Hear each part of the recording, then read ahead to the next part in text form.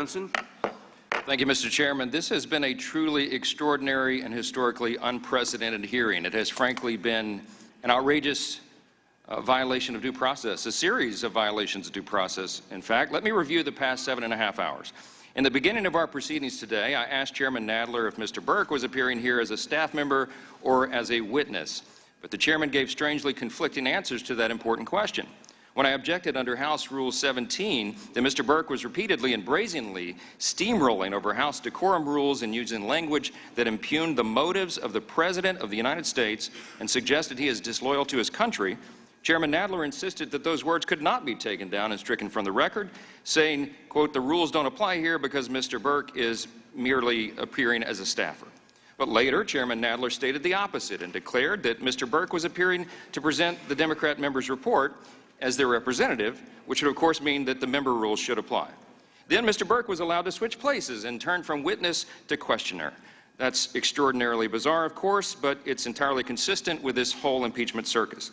As everybody knows, Intel Chairman Adam Schiff was allowed in the opening act of this circus to serve as the judge, jury, prosecutor, witness coach, and case strategy chief all in one.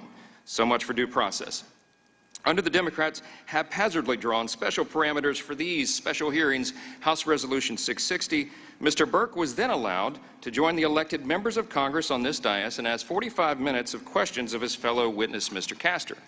When he was argumentative, assumed critical facts not in evidence, engaged in speculation, and committed countless other violations of regular House rules and the federal rules of civil procedure, I objected, but was then ruled out of order by Chairman Nadler, who informed all of us that while House Resolution 660 specifically provides for objections, it lists none of them, and the Democrats have ignored every request of ours to obtain a list of what rules and objections would be enforced and applicable today.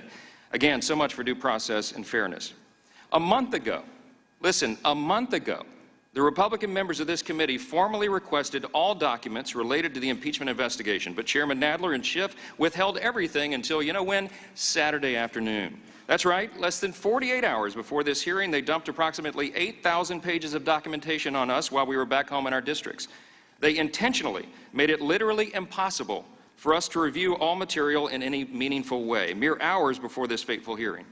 What's worse is that the documents they decided to dump on us are not all of the underlying records we need to review, but rather only a partial, redacted, and biased subset of information that they think will advance their false narrative. And as has been mentioned here, we're being allowed no minority day hearing, which is required by regular House rules. Now, I'd love to cross-examine Mr. Burke himself, but Chairman Nadler's special and still mysterious rules for this hearing won't allow it. I notice he's disappeared from the hearing room.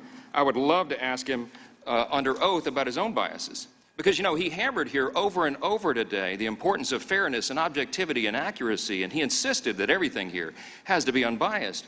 But if he was under oath here, he would be forced to admit that FEC records show that he has personally donated approximately $99,000 to Democrat candidates over the years, including sizable donations to Hillary Clinton for president, and also donated to past Trump opponents, including Elizabeth Warren, Cory Booker, and Kirsten Gillibrand. Mr. Burke appeared here as a fact witness and a finder of fact, but in our system, a finder of fact is supposed to be fair and impartial. He's supposed to be an umpire. The problem with all this, and the problem that everybody at home can see with their own eyes, is that the umpires in this high-stakes game are parading around the field in the majority team's jerseys.